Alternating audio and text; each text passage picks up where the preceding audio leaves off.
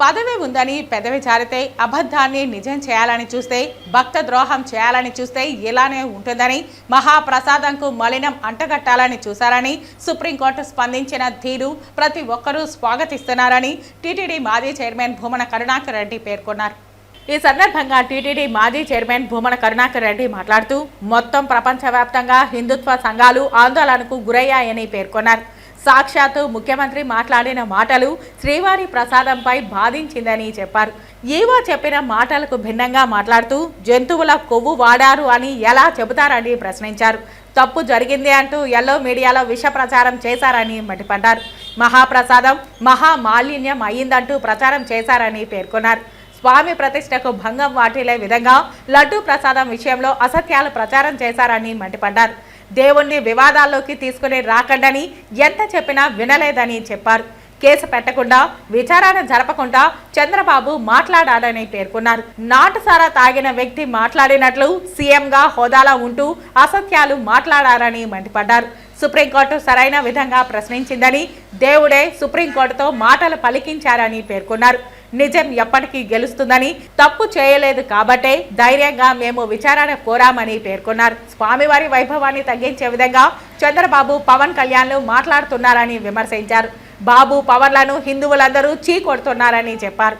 లడ్డూ ప్రసాదం విషయంలో జరిగినటువంటి దుర్మార్గపు ప్రచారం ఎంత దారుణంగా మొత్తం ప్రపంచాన్నంతా కలచివేసిందో, ఈ రోజున ఒక భయానకమైనటువంటి వాతావరణం హిందూ సమాజాన్ని హింసకు గురి చేసిందో, దాన్నంతా కూడా భగవంతుడు ఆగ్రహించి ధర్మాసనం రూపంలో ఈ రకమైనటువంటి కామెంట్స్ ను చేయించినట్టుగా మొత్తం హైందవ జాతి అంతా కూడా భావిస్తోంది. రాజీవ నేత్రుని రాజకీయాలలోకి లాగకండి, విశ్వరూప శక్తిని వివాదాలలోకి తీసుకురాకండి అని ఎంత చెప్పినా కూడా వినకుండా ఈ రోజున ఇంత అన్యాయానికి ఒడిగట్టినటువంటి ప్రభుత్వం, సాక్షాత్తు ఒక ముఖ్యమంత్రిగా ఉండి ఈ రకంగా అనరానటువంటి మాటల్ని మాట్లాడి, ఓ నాటు సారాయి తాగినటువంటి వ్యక్తి నడి రోడ్డుల్లో ప్రేలాపనలు చేసే విధంగా సాక్షాత్తు కలియుగ వెంకటేశ్వర స్వామి అన్న ప్రసాదం మీదనే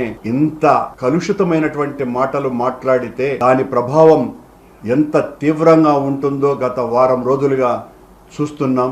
ఈ రోజున ధర్మాసనం చాలా సరిగ్గా స్పందించింది. వాస్తవాలు ఏంటి అన్నది బయటికి రావాల్సినటువంటి అవసరం ఉన్నది. ఒక ముఖ్యమంత్రి స్థాయిలో ఉండి ఈవో చెప్పినటువంటి మాటలకు తద్భిన్నమైనటువంటి మాటలు చెబుతూ పూర్తి వ్యతిరేకంగా మేము మా ప్రభుత్వము లడ్డూ ప్రసాదాలలో నెయ్యికి బదులుగా జంతువుల కొవ్వును వాడాము అనే ప్రకటన చేసిన తర్వాత ఆయన నియమించినటువంటి సిట్ ద్వారా వచ్చేటువంటి నివేదిక ఏ రకంగా ఉంటుంది, ఏ మాత్రము కూడా అక్కడ తప్పు జరగకుండా ఉంటే తప్పు జరిగినట్టుగా ప్రపంచానికంతా ప్రచారం చేసేసి ఆయన తైనాతీలు ఆయనకు కావలసినటువంటి ప్రసార మాధ్యమాల ద్వారా మొత్తం ప్రపంచానికంతా కూడా ఈ రకంగా మహాప్రసాదం మహామాలిన్యమైపోయింది అని సాక్షాత్తు దేవదేవుణ్ణే రాజకీయాలలోకి లాగేసి వేల సంవత్సరాల చరిత్ర కలిగినటువంటి వెంకటేశ్వర స్వామి ఆలయ ప్రతిష్టకు భంగం కలిగించటం ద్వారా, మనం అనేటువంటి మాటల ద్వారా అవతలి పక్షానికి జరిగేటువంటి నష్టం కంటే కూడా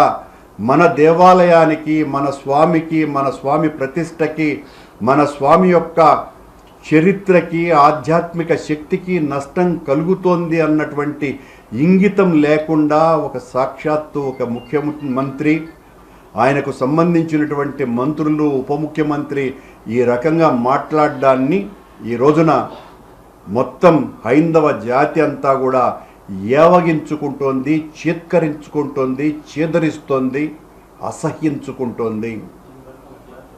నిజం నిగ్గుదేసి నిలుస్తుంది, నిజం ఎప్పటికీ గెలుస్తుంది. తప్పు చేయనటువంటి వాళ్ళు ధైర్యంగా నిలబడతారు. తప్పు చేయలేదు కాబట్టే మేమంత ధైర్యంగా ప్రమాణాలు చేయటానికి కూడా సిద్ధపడి ప్రమాణాలు చేసినాం. అబద్ధం తొందరగా బయటికి వస్తుంది. అబద్ధాన్ని నిజం చేయటానికి చంద్రబాబు లాంటి వ్యక్తులు ఎంతకైనా కూడా దిగజారి తమ ప్రసార మాధ్యమాల ద్వారా ప్రజల్ని ఒప్పించేటువంటి ప్రయత్నం చేస్తారు.